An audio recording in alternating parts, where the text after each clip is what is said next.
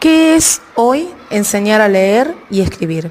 ¿Qué era antes enseñar a leer y escribir?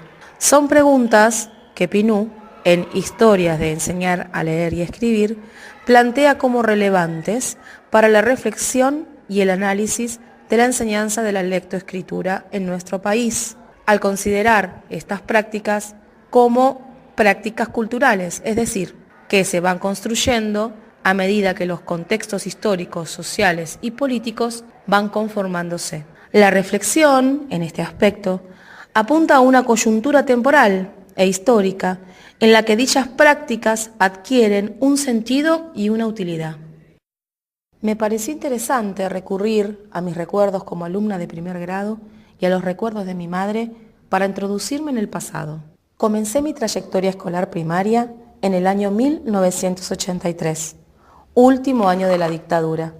De ese año recuerdo con espanto los ejercicios de aprestamiento. Me obligaban a picar papel glacé utilizando punzón, las líneas de los ejercicios de grafomotricidad o rellenar las letras con bolitas de papel crepé. Una verdadera tortura durante los primeros meses de mi escolaridad primaria. La palabra generadora fue el método que se utilizaba.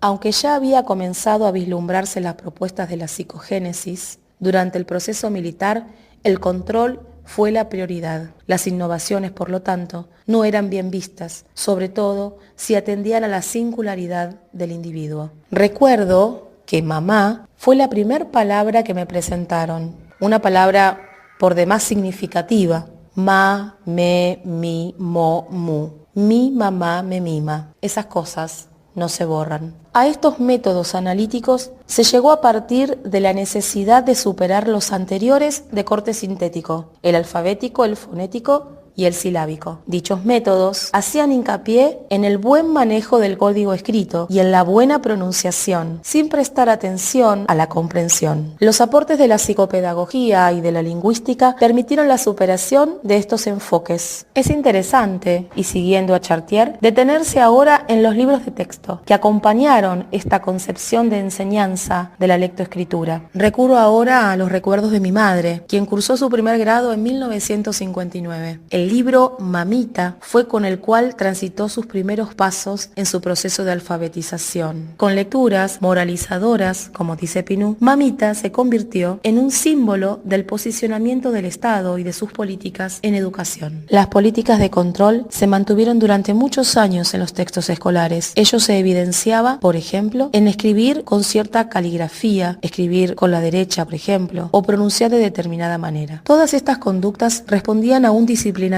que era necesario para lograr la uniformidad de las masas, conformadas por inmigrantes y nativos. Estos lineamientos siguieron manifestándose en nuestro sistema educativo hasta buena parte entrado el siglo XX. Entonces, ¿con qué textos y en qué escenarios se enseña a leer y escribir, como expresa Chartier, constituyen emergentes de una realidad sociohistórica que nos invitan a dejar atrás una mirada ingenua? Por algo este autor denomina mercancías a los textos escolares y nos alerta para que prestemos particular atención a las políticas de enseñanza en la lectoescritura y sobre todo también a las políticas de las editoriales. Con las exploraciones del lenguaje mediante las investigaciones de Emilia Ferreiro, entre otros, aparece la psicogénesis en los 80. En este punto es donde mi experiencia ya como docente puede traerse a colación. Este método analítico cambia la concepción del docente y del alumno. En cuanto a la lectura, quisiera aquí puntualizar lo que Braslavsky expone del modelo interactivo basado en la teoría de los esquemas,